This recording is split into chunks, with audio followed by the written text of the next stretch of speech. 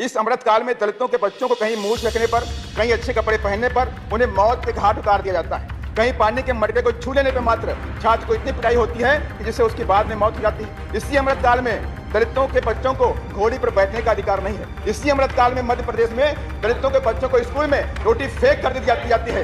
इसी अमृतकाल में मध्य प्रदेश के सिवनी में आदिवासियों को रात में घर से खींच करके पीट के मार दिया गया। इसी मध्य प्रदेश के अंदर आदिवासियों के बच्चों को ट्रक में बांध के खींच के मारा गया। मान्यवर, ये सामाजिक परिवर्तन के महानायक, दलितों, पिछड़ों, आदिवासियों की शिक्षा के जनक महात्मा ज्योतिबा फूले और सामाजिक न्याय के पुरोधा कोल्हापुर विरासत के महाराजा छत्रपति साहू जी महाराज, दलितों, पिछड़ों और आदिवासियों में राजनीतिक चेतना पैदा करने वाले माननीय श्री कांशीराम साहब को भारत सरकार भारत रत्न देने का काम करे।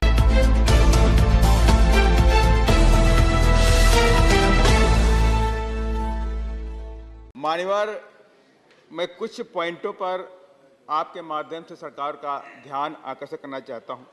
शिक्षा, रोजगार, कृषि, सफाई कर्मियों का जीवन और जातिवादी और नफरत, ऊंच नीच की भावना इस देश के अंदर।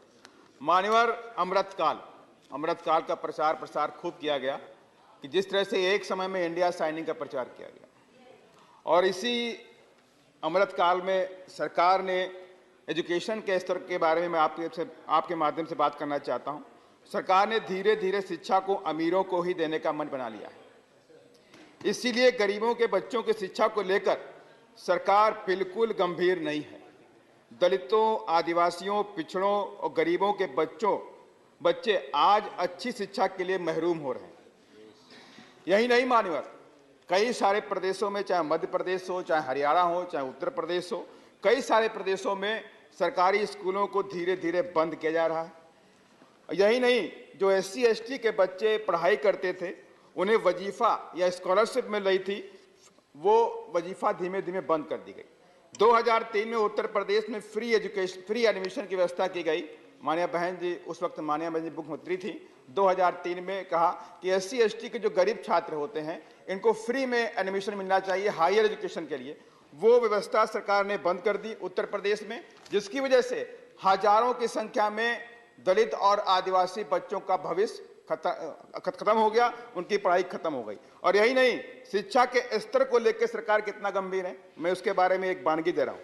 58,099 टीचिंग और नॉन टीचिंग की पोस्टें खाली पड़ी, माने कि नवोदय के अंदर, केंद्रीय विद्यालय के अंदर और हायर एजुकेशन के अंदर 58,099 नॉन टीचिंग और टीचिंग की पोस्टें खाली पड़ी हैं। इसमें यूनिवर्सिटी भी आती हैं, IIM जैसे इंस्टीट्यूट भी आते हैं। तो मान्यवर, दूसरी बात मैं करना चाहता हूं कृषि के बारे में। सरकार ने कहा था हम किसानों की आय दोगुना करना चाहते हैं। जो किसान पूरे देश का पेट भरता है, वही आज किसान पूरी तरह बेहाल हो चुका है। आज अपने परिवार का पेट पालने के लिए उसे मजदूरी करनी पड़ती है। खाद, बीज, दवाइयां, डीजल, ये सारी इतनी महंगी हो गई कि किसानों की कमर टूट रही है। आज बढ़ते पोल्यूशन और क्लाइमेट चेंज की वजह से किसानों की फसल पेस्टिसाइड, इंसेक्टिसाइड, हर्बिसाइड, फंगिसाइड के बिना संभव नहीं है। लेकिन ये सारी दवाइयां इतनी महंगी हो गई कि उनको खरीदना उनके लिए संभव नहीं हो रहा। उसके बाद भी 18% का GST उसके ऊपर लगा दिया गया है मान्यवर। इसके बावजूद किसानों की फसल का उचित दाम नहीं मिलता। अभी मध्य प्रदेश के अंदर तमाम किसानों ने लहसुन की खेती करी, लहसुन का दाम मिला 1 रुपए किलो। 1 रुपए किलो की वजह से सारे किसानों ने अपने लहसुन की फसल को नष्ट कर दिया। मान्यवर, ये गंभीर विषय है। यही नहीं मान्यवर, इसकी वजह से तमाम किसान कर्ज के से दबे हुए हैं और आत्महत्या करने को मजबूर हैं। मेरा जिला लखीमपुर खीरी गन्ना प्रधान प्रदेश है, क्योंकि वहां कई महीने बाढ़ रहती है। किसान गन्ने की खेती करने को मजबूर हैं, लेकिन वहां पे जितनी शुगर फैक्ट्रियां होती हैं, वो सारी किसानों का शोषण करने में लगी हुई हैं। 1 साल नहीं, 1.5 साल, 2-2 साल बाद गन्ने का पेमेंट करती हैं।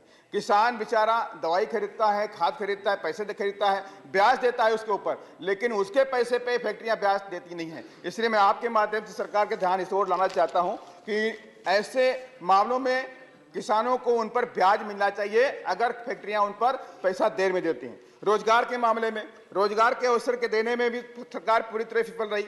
सरकार ने कहा 2 करोड़ नौकरी हर साल देने का वादा किया था, लेकिन 2 करोड़ तो छोड़ दीजिए, 20 लाख या 2 लाख नौकरी देने में फेल हो गई। 10 लाख नौकरियां केंद्र की सरकार में खाली पड़ी हैं, आज तक वो नहीं भरी गई। यही नहीं, करोड़ों की संख्या में पढ़े लिखे ग्रेजुएट युवक आज बेरोजगार बैठे हुए हैं, घरों में बैठे हुए हैं। मानवर दुखी है वो सब, वो चाहते हैं कि सरकार हमें नौकरी दे, लेकिन हमें नौकरी नहीं दे रही सरकार। गरीबी हटाओ का नारा अब केवल नारा ही रह गया। पिछले 9 साल में गरीब और गरीब हुआ, अमीर और अमीर हो गया। सरकार कहती है 80 करोड़ लोगों को 5 किलो राशन फ्री में देते हैं।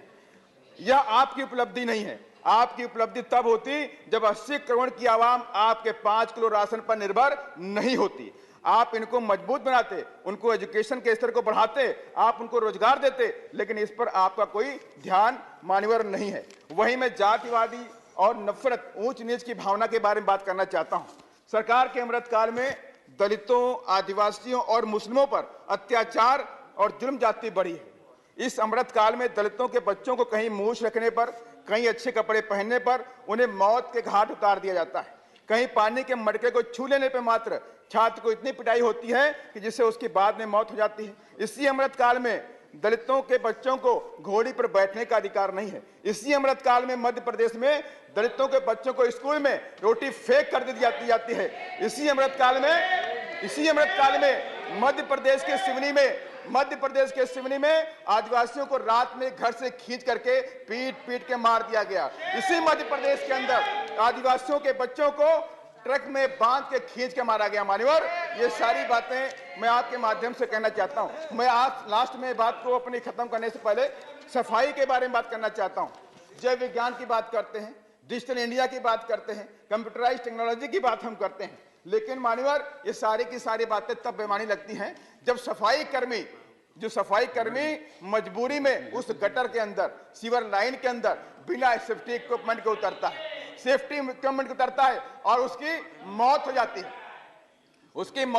मानवर गटर में जाके उसकी मौत हो जाती है, लेकिन सरकार पे कोई फर्क नहीं पड़ता, क्योंकि एक गरीब मरा, सरकार पे फर्क नहीं पड़ता। अगर सरकार चाहे तो बड़ी बड़ी मशीनरी खरीद सकती है, सेफ्टी इक्विपमेंट खरीद सकती है, ये सारे काम कर सकती है, लेकिन मानवर ऐसा कोई काम नहीं होता। और यही नहीं, सफाई कर्मियों पे एक सर्वे हुआ कि कोई भी सफाई कर्मी 90% सफाई कर्मी 60 साल की उम्र को क्रॉस नहीं कर पाते, क्योंकि उन्हें गंभीर से गंभीर बीमारियां हो जाती हैं।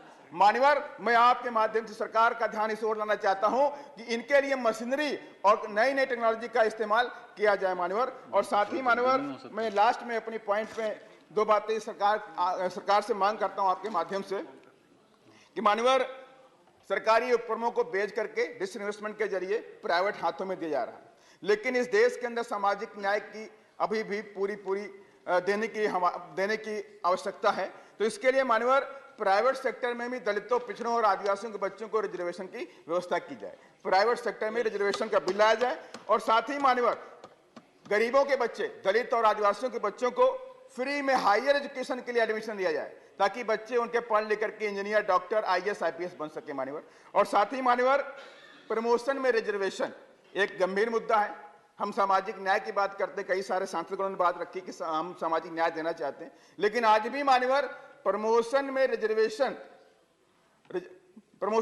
रिजर्वेशन में जो हमारा जो प्रमोशन मिलना था, वो उसका बिल राज्यसभा में पास हो गया, लेकिन आज तक लोकसभा में पेंडिंग पड़ा हुआ है। उस बिल को सरकार वापस ला करके वहां पास कराए और इनके साथ में न्याय करने का काम करें। साथ ही मान्यवर 2 अप्रैल 2018 में SC ST के लोगों ने एक ज्ञापन सरकार को दिया। किस लिए दिया?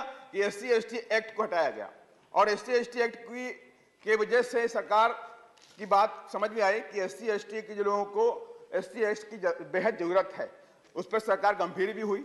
सरकार उस विधेयक को वापस लेकर आई, लेकिन 2 अप्रैल 2018 में जिन SC ST के छात्रों ने, जिन लोगों ने, खत्म कर रहा हूं मैं, जिन लोगों ने धरना प्रदर्शन किया, ज्ञापन दिया, उन पर सरकारों ने गंभीर मुकदमे लगाए। एक नहीं, 17, 20, 25 आज भी मुकदमे चल रहे हैं मान्यवर, डकैती जैसे मुकदमे चल रहे हैं मान्यवर। और इसकी वजह से गरीब बच्चे, कई सारे बच्चों ने गरीबी की वजह से मुकदमे नहीं लड़ पाए, उन लोगों ने आत्महत्या कर ली। लास्ट में मान्यवर 1 सेकंड में अपनी बात को खत्म करूंगा।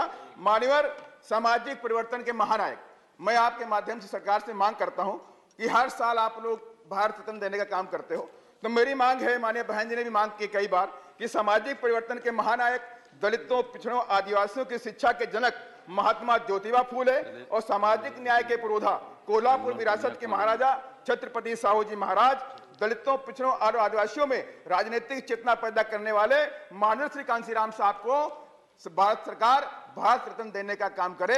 यही मेरी आपके माध्यम से मांग थी। जय भीम, धन्यवाद। Thank you. श्रीमती